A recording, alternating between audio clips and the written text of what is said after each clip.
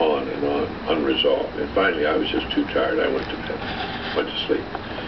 Next morning, I woke up. My father was in shaving, and I went in and said, Dad, who won? And he said, I'll never forget, he said, Truman, because he was not for Truman. Well, years passed, and it was 30 years later, and I had gone back to see my father. Same house. And we were talking, and Dad was going on about how the country was going to hell and the world was going to hell. I'd heard this all my life. And he said, oh, it's never been worse. It's really terrible now. He said, too bad old Harry isn't still in the White House. I reminded him that that had not always been the theme around the house.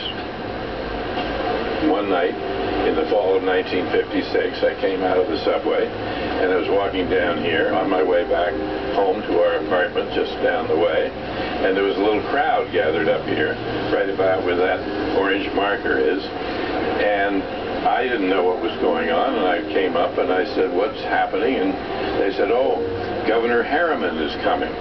Well, I was new to New York, and I was starry-eyed with excitement of being in New York, and I'd never seen a governor before. So I thought, well, I'll wait. So I stood right here. Then right behind him came Harry Truman, and former President Harry Truman, and he stood right there. And I was this close to him. And what I remember is that he was in color. Of course, we only had black and white newspapers, black and white magazines. He didn't look like little Harry Truman to me. I was so thrilled he looked 7 feet tall. And then he went right in here. There was a political dinner inside the hotel. And I turned and started walking back home, back to our apartment.